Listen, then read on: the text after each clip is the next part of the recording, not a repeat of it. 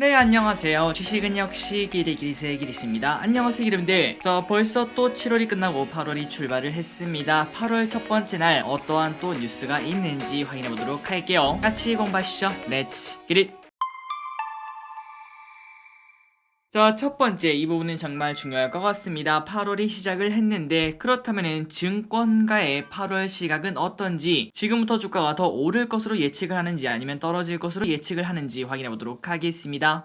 증권사에서 바라보는 8월은 어떨까요? 한번 8월 전망을 모아봤습니다. 그래서 결론을 내려봤더니 큰 하락은 없을 것이다, 이렇게 정리를 할 수 있다고 하는데요. 삼성증권은 최대 2550, 키움증권은 2600, K푸드증권은 2600, 교보증권은 2650 등으로 지금 현재 2450이니까 추가적으로 100에서 150포인트, 많게는 200포인트 정도 상승을 할 수 있다, 이렇게 예상을 한다고 합니다. 그러니까 왼쪽에 코스피 주봉 차트가 있는데 얼마 전에 박스가 있었죠. 그때 당시 바닥권 저점 위치에 거기까지는 올라가지 않겠나 라고 본다는 겁니다. 그렇다면 증권가가 8월달에는 오를 거라고 예상한 이유가 뭔가 봤더니 일단 이미 대부분의 악재를 반영을 했다고 합니다. 최근 들어 주가가 많이 떨어지고 있었는데 그 이유 중 하나는 인플레 그리고 금리 상승 이런 거라고 볼 수 있겠죠. 하지만 지난주에 자이언트 스텝이 나와도 결국 주가는 올랐으며 그 전주에는 CPI가 나쁘게 나왔는데도 주가는 상승한 바 있었습니다. 그러니까 이때까지 주가를 하락시켰던 악재들은 더 이상의 큰 악재가 되지 못한다고 해석을 해볼 수 있다고 합니다. 그러니까 앞으로 8월달에는 한 2500에서 2600 이 정도까지는 충분히 노려볼 수 있다라고 생각을 해볼 수 있고, 그리고 중요한 거는 이제 지금부터는 새로운 악재가 나오는가, 이 부분이 중요하겠죠. 어제 우리가 공부했다시피 이번 주에는 두 가지의 새로운 악재가 발생할 수 있는데, 첫 번째는 낸시 펠로시가 대만을 가느냐 마느냐, 이 부분이 중요하고, 그리고 플러스 두 번째는 이번 주에 발표되는 고용지표가 어떤 식으로 나오는지 그리고 시장이 어떻게 반응을 하는지, 이 부분이 중요하다고 볼 수 있습니다. 이 두 개에 관련된 소식이 나오면은 그때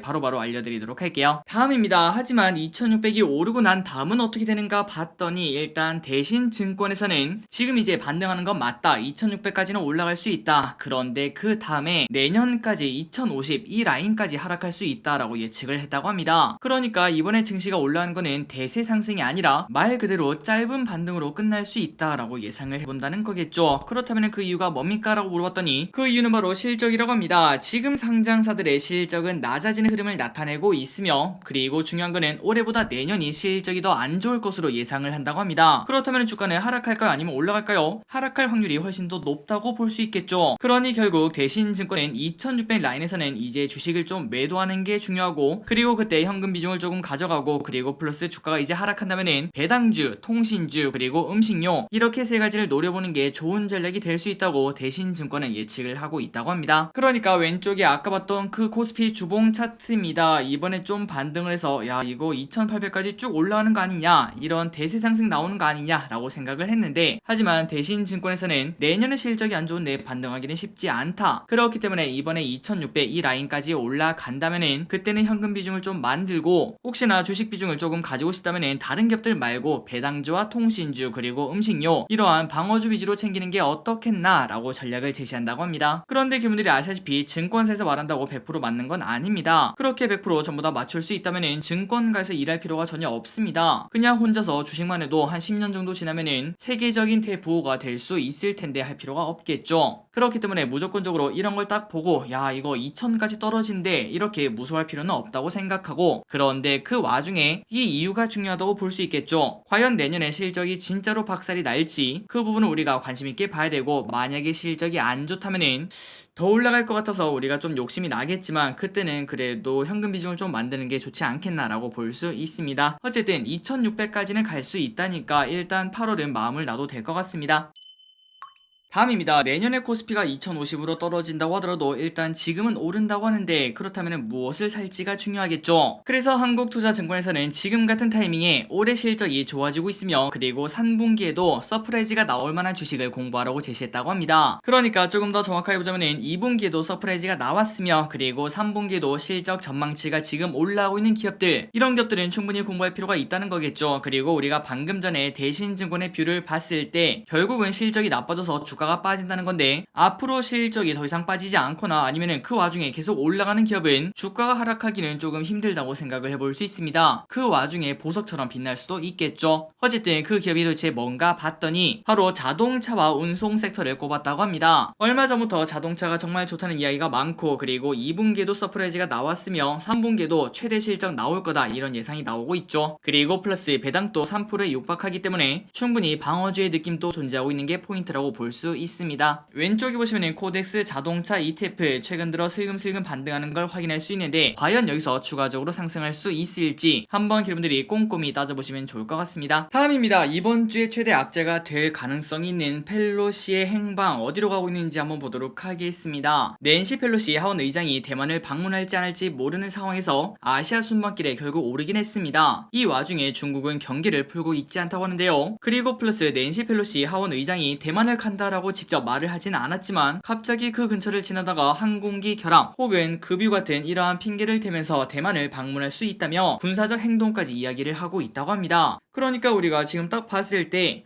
야, 생각보다 중국이 진짜 세게 나온다, 확실히 대만이 중국에게는 진짜 중요하고 어떻게 보면 또 약점일 수도 있겠구나 라는 생각을 해볼 수 있겠네요. 그래서 이런 상황에서 미국이 강행하기는 조금 어렵다고 볼 수 있는데, 하지만 또 중요한 거는 체면 아니겠습니까? 미국 입장에서도 모양새가 굴복하는 느낌이 나오기 때문에 과연 펠로시는 어디에 방문을 할지 한번 관심있게 봐야 될 것 같습니다. 다음입니다. 코로나 롱 코비드 증세. 싱가포르 연구팀에서 전 세계에 코로나 후유증을 가지고 있는 사람이 2,700만 명이나 된다는 발표를 했다고 합니다. 그렇다면 심각한 후유증이 뭔가 봤더니 바로 그겁니다. 후각 미각을 회복하지 못한다는 거 꽤나 중요하다고 볼 수 있겠죠. 사실 우리가 살아가는 이유 중 하나는 바로 먹기 위해서라고 볼 수 있는데, 야, 후각이란 미각이 없으면은 무슨 낙으로 살아가야 할지 조금 고민이 될 것 같습니다. 어쨌든 이 후유증이 있다고 하며, 그리고 코로나 확진자의 4에서 5%가 롱 코비드 증세를 현재 보이고 있다고 합니다. 그리고 그 안에서 10% 정도가 후각, 미각 상실 증세가 나타난다고 하니까 항상 여러분들 조심하시기 바랍니다. 그나저나 저 그리스는 이걸 보고 딱 이 생각을 했습니다. 나중에 다이어트 약이 나오면은 후각이랑 미각을 한 일주일 정도 봉쇄시키는 그런 약이 나오지 않을까라는 생각을 해볼 수 있겠네요. 뭔가를 먹었는데 아무 맛도 없고 그 다음에 향도 안 느껴진다면은 다이어트에 꽤나 도움이 되지 않을까라는 생각도 해볼 수 있을 것 같습니다. 다음입니다. 유류세 인하 효과가 톡톡. 벌써 인한 지 한 달이 지났다고 합니다. 시간 진짜 빠르네요. 그리고 그 기간 동안 처음에는 좀 안 떨어지나 싶더니 어느 순간 휘발유는 2,000원을 뒤로하고 1,800원대로 평균 가격이 내려왔다고 합니다. 그리고 어제 저 기릿이 주유소를 지나갔는데 1,798원인가 그 정도까지 떨어진 곳도 있더라고요. 그만큼 200원 넘게 하락한 걸 우리가 쉽게 이제는 확인할 수 있다고 합니다. 다만 경유 같은 경우에는 세계적으로 높은 가격이 유지가 되고 있기 때문에 당분간의 휘발유보다는 어쩔 수 없이 비쌀 예정이라고 합니다. 경유 차주분들은 조금은 기분이 나쁜 상황이라고 충분히 생각을 해볼 수 있겠죠. 다음 소식입니다. 캐시우드는 또 말했습니다. 강세장 온다. 자, 캐시우드는 하락세가 끝났다며 앞으로는 성장주의 강세를 전망한다고 합니다. 다만 그 와중에 경기 침체는 올 것이라고 했는데요. 미국 주요 업체들의 재고가 남아돌면서 예산을 삭감하는 걸 쉽게 확인할 수 있으며, 그리고 2분기 미국 기업들의 실적을 딱 보니까 야, 이거는 침체가 온다 라고 예상을 해볼 수 있기 때문에 침체 올 확률이 꽤나 높다고 볼 수 있다고 합니다. 그런데 우리가 한 가지 고민을 해볼 수 있겠죠.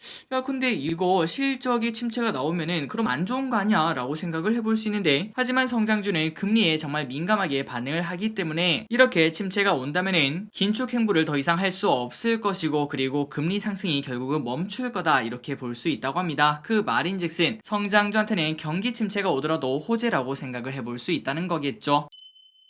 다음입니다. 오늘 아침부터 갑자기 로봇주가 조금 들썩들썩하긴 했는데 과연 이번 달에 로봇 관련주가 좋은 흐름을 나타낼지 일단 봐야겠네요. 한번 관련된 내용을 보도록 하겠습니다. 로봇 그리고 우주 관련주는 계속 봐야 된다. 다음에 언젠가 성장주 시대가 결국 온다면은 분명 필연적으로 로봇, 우주, 수소 이러한 시대가 올 것으로 충분히 예상을 해볼 수 있습니다. 그리고 지금 우리나라의 삼성전자, LG전자, 현대차 또한 로봇 분야에 앞다퉈 투자를 하고 있으며 결국은 시간이 지날수록 관심이 커질 수밖에 없다고 볼 수 있겠죠. 그리고 삼성전자는 빠르면 이번 달에 웨어러블 로봇 그리고 내년에는 서빙 로봇을 출시할 것으로 보이며 LG전자는 여러 회사를 인수하고 있습니다. 마지막으로 현대차는 아직까지는 수익은 유튜브 광고 수익밖에 없다는 보스턴 다이나믹스를 인수한 바 있었는데, 그런데 이 보스턴 다이나믹스가 이제 올해부터는 물류 로봇과 그리고 이족 보행 로봇을 출시를 한다고 합니다. 그러니까 이제는 유튜브에 영상을 올려서 그 광고 수익뿐만 아니라 실제로 로봇 관련 매출이 올라갈 수 있다는 거겠죠. 이번 달에는 로봇 관련주 한번 관심 있게 받을 것 같습니다. 다음입니다. 요즘 중고차는 어떤가? 작년에는 중고차 가격이 신차보다 비싸다 이런 말이 생길 정도로 중고차가 진짜 말 그대로 불타올랐습니다. 없어서 못 팔 정도였죠. 그런데 올해도 여전히 몇몇 인기 차종은 역전 현상이 나타나기도 한다고 합니다. 그렇다면 그 이유가 뭘까요? 맞습니다. 차량을 인도받는데 아직도 1년이 넘는 차량이 있다고 하죠. 그러다 보니까 인기 차종은 여전히 역전 현상이 있다고 하는데, 하지만 전체적으로는 중고차 가격이 이제는 슬금슬금 낮아지고 있다고 합니다. 그 이유는 바로 유가가 상승하다 보니까 자동차를 살려는 사람이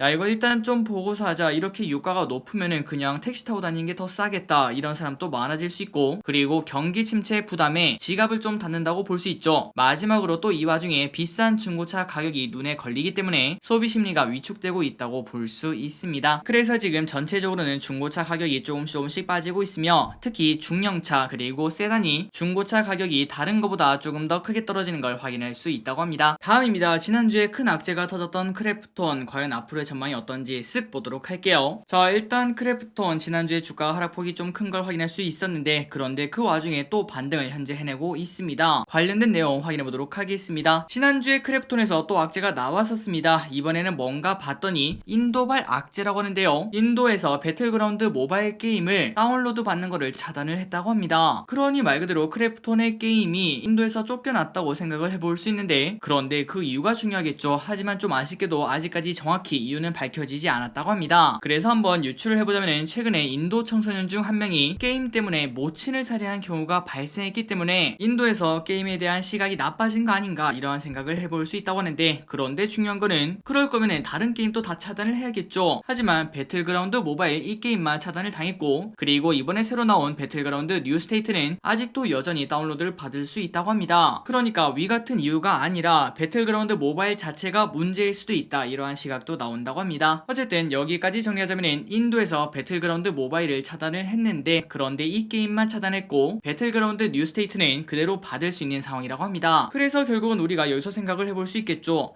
야 근데 배그 팬이면은 어차피 배틀그라운드 하다가 이게 안 되면은 그냥 배틀그라운드 뉴스테이트로 이동하지 않을까 이런 생각을 당연히 해볼 수 있기 때문에 매출에는 큰 타격이 없을 수도 있다고 합니다. 그렇기 때문에 최근 주가가 많이 빠진 거는 또 기회일 수 있다라는 생각을 해볼 수 있고, 그리고 지금 이제 하반기 벌써 연말이 가까워지고 있는데 신규 게임이 슬슬 출시할 때가 됐기 때문에 크래프톤 그리고 크래프톤뿐만 아니라 다른 게임주도 한번 공부할 필요가 있다고 생각을 해볼 수 있다고 합니다.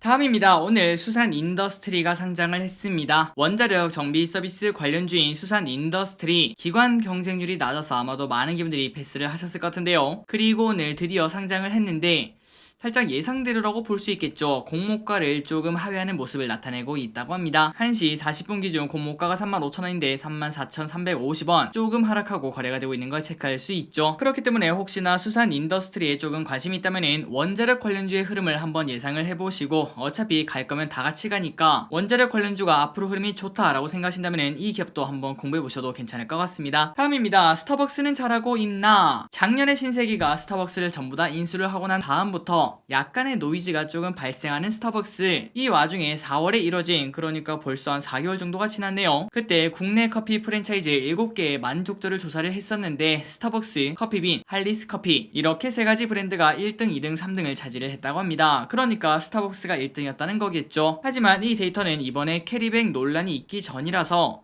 만약에 지금 한다면 조금은 하락하지 않겠나라고 생각을 해볼 수 있겠네요. 어쨌든 이 캐리백을 제외하고는 최근 들어 노이즈가 조금씩 나오고 있지만, 그럼에도 스타벅스의 만족도는 꽤나 높다는 걸 확인할 수 있고, 하지만 그 와중에 스타벅스의 노이즈가 나오는 거는 결국 1등이기 때문이 아닐까라는 생각을 해볼 수 있습니다. 1등이다 보니까 같은 일이라도 훨씬 더 사람들의 관심이 많다고 생각을 해볼 수 있겠죠. 그러니 1등인 만큼 더 신경 써서 운영을 해야 되지 않겠나, 이런 사건이 더 이상 일어나면 안 되지 않겠나 라고 볼 수 있습니다. 다음입니다. 중국 7월 제조업 PMI가 발표가 되었습니다. 오늘 점심에 발표가 되었어요. 그리고 결과적으로는 전망치를 하회했다고 있다고 합니다. 다만 그 와중에 아직까지는 확장 국면을 이어나갔다고 합니다. 그나저나 도대체 제조업 PMI가 뭔가 이걸 봤더니 제조업 경기를 파악하는 데 중요한 선행 지표라고 하는데요. 만약에 이 친구가 힘을 못 쓰는 결과가 나온다면은 결국 시간이 지나면은 제조업이 약해지겠구나 라고 예상을 해볼 수 있다고 합니다. 그래서 결과적으로는 전망치를 하회했다, 그러니까 나쁘다는 소린데요. 다만 그 와중에 확장 국면을 이어갔을까요? 상해 종합은 그냥 슬금슬금 올라서 오히려 빨간불을 켜고 있는 걸 확인할 수 있다고 합니다. 다음입니다. 오늘은 8월 1일, 그러니까 LTV 80%가 적용되는 첫날이라고 볼 수 있는데요. 오늘부터 대출 규제가 완화되어서 만약 여러분들이 생애 최초로 주택을 살 때는 80%까지 대출을 해준다고 합니다. 이 정도면 우리가 집 사는 게 그렇게 어렵지는 않겠구나 라고 볼 수 있겠네요. 기존에는 50에서 70%인데 80%로 완화가 되었다고 합니다. 그리고 대출 한도는 최대 6억으로 늘어났으며, 또한 생활 안정자금 그리고 긴급 생계 용도 주담대도 1억에서 각각 2억, 그 다음에 1억 5천만원으로 확대가 되었다고 하니까 우리가 만약에 내 집 마련의 꿈을 가지고 있다면 조금 더 가까워졌다, 수월해졌다 라고 생각을 해볼 수 있겠죠. 그런데 이거는 하나 말고 둘은 모르는 소리입니다. 지금 중요한 게 뭘까요? 맞습니다. 이자죠. 이자. 80%까지 대출해서 집을 샀는데 만약에 집값이 오르기는커녕 조금 떨어질 수도 있고, 그 와중에 이자 부담도 지금 현재 절대 적지가 않기 때문에 이렇게 80%까지 적용을 해준다고 하더라도 실제로 이걸 바로 이용하는 사람들은 그렇게 많지는 않을 거라고 생각을 해볼 수 있습니다. 아마도 조금 더 시간이 지나서 이제 내년부터 금리가 또 하락할 수 있다 이런 얘기가 나오기 때문에 그때가 되면은 슬금슬금 한번 주택 사볼까 이러한 생각이 나올 거라고 예상을 해볼 수 있겠네요. 다음입니다. 마트치킨의 반란. 자, 홈플러스가 주변에 없어서 아직까지 저기리슨 먹어보지 못했는데 어쨌든 홈플러스에서 2마리 치킨을 9,900원에 팔고 있다고 합니다. 그리고 이게 인기가 엄청나서 1시간 만에 매진이 된다고 합니다. 물론 따끈따끈하게 배달되는 프랜차이즈보다는 맛이 조금 떨어지겠지만 그런데 압도적인 가성비가 무시를 못한다고 볼 수 있겠죠. 그러다 보니까 치킨업계 사람들은 명백한 미끼 상품이다 이렇게 말하며 불만을 표시하고 있습니다. 사실상 2마리에 9,900원은 1마리에 5,000원이란 소리인데 생닭을 사용한다면 생닭값도 안 될 정도라고 합니다. 그러니까 이거는 솔직히 말도 안 된다, 생태계 교란이다 라고 볼 수 있다는 거겠죠. 물론 마트에서 이런 치킨을 판다고 치킨 프랜차이즈의 매출에 큰 영향이 가지는 않는다고 합니다. 다만 그 와중에 치킨 업계에서 지금 이제 조금 고민이 되는 거는 바로 저런 상품이 많아지면 많아질수록 안 그래도 최근 치킨이 너무 비쌉니다 이런 얘기가 많이 나오고 있는데 상대적으로 더 비싸질 수 있다는 게 포인트라고 볼 수 있겠죠. 갈수록 치킨에 대한 그런 이미지가 나빠진다 라고 생각을 해볼 수 있습니다. 어쨌든 홈플러스에서 이러한 치킨을 팔고 있는데 지금 매우 잘 팔리고 있다는 거, 그리고 아마도 얼마 지나지 않아서 롯데마트와 이마트 이런 곳에서도 이러한 치킨을 팔지 않을까라고 볼 수 있습니다. 다음 소식입니다. 이더리움이 시가총액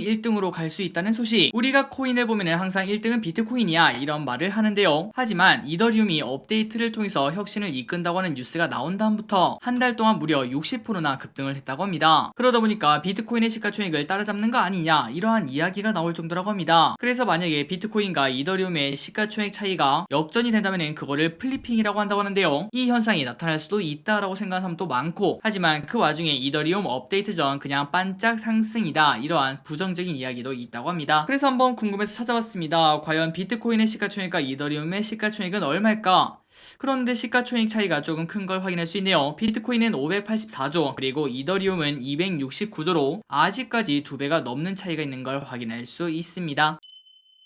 다음입니다. 간편식 냉면이 잘 팔리고 있다고 합니다. 어찌 보면은 당연하겠죠. 여름 되면은 이게 잘 팔릴 수밖에 없는데, 그런데 CJ제일제당의 냉면 제품이 매우 잘 팔린다는 소식이 나왔다고 합니다. 작년 동기 대비 15%나 매출이 상승했다고 하는데 그 이유를 한번 생각을 해봤더니 아마도 코로나가 다시 터지면서 집에서 냉면을 즐기는 사람도 많아졌다고 볼 수 있고, 그리고 물가가 상승하면서 냉면 한 그릇에 일단 기본 10,000원은 깔고 가죠.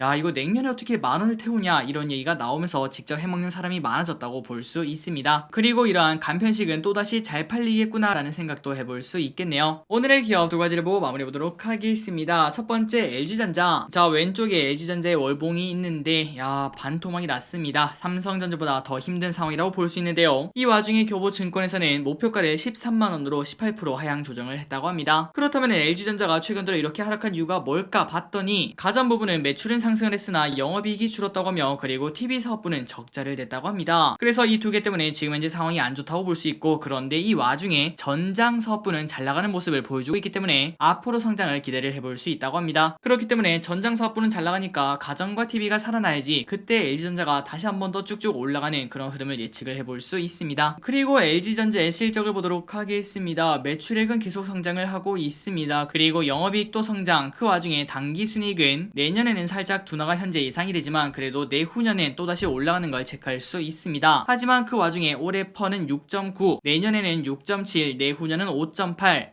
이 정도는 충분히 저평가라고 생각을 해볼 수 있겠죠. 충분히 매력적인 기업이라고 생각을 해볼 수 있습니다. 마지막입니다. 호텔신라를 보도록 하겠습니다. 이것도 마찬가지로 걱정이 많았습니다. 코로나가 다시 퍼지고 그 다음에 원숭이 도창이 퍼지면서 해외여행을 올해부터 갈 줄 알았는데 내년부터 가겠다는 사람들이 많아지고 있죠. 그래서 주가가 이렇게 하락하다 보니까 가끔 주주분들에게 모텔신라라고 놀림을 받기도 하는데, 키움증권은 2분기에 실적이 서프라이즈가 나왔다며 목표가 10만원을 유지를 했다고 합니다. 그렇다면 그 이유 보도록 하겠습니다. 호텔 업황이 좋아지고 있다고 합니다. 다만 그 와중에 2분기 면세점은 중국 지역 봉쇄 영향이 분명 있었지만 3분기부터는 당연히 좋아질 것으로 예상을 해볼 수 있다고 합니다. 그리고 앞으로 여행 수요가 회복이 될 것이기 때문에 충분히 계속적으로 기대를 해볼 수 있다는 거겠죠. 다음으로 실적을 보도록 하겠습니다. 매출액 성장, 영업이익 성장, 올해보다 내년에 거의 영업이익이 2배가 될 것으로 예상을 한다고 합니다. 그래서 올해 예상펀은 아직까지는 높네요. 53, 그런데 내년에는 21, 내후년에는 16배로 만약에 이러한 흐름대로 흘러간다면은 호텔신라도 길게 봤을 때는 충분히 좋은 위치라고 생각을 해볼 수 있을 것 같습니다. 자, 오늘의 공부 여기까지 끝났습니다. 항상 이렇게 같이 공부해서 진심으로 감사합니다. 지금까지 기리셨습니다. 빠이요.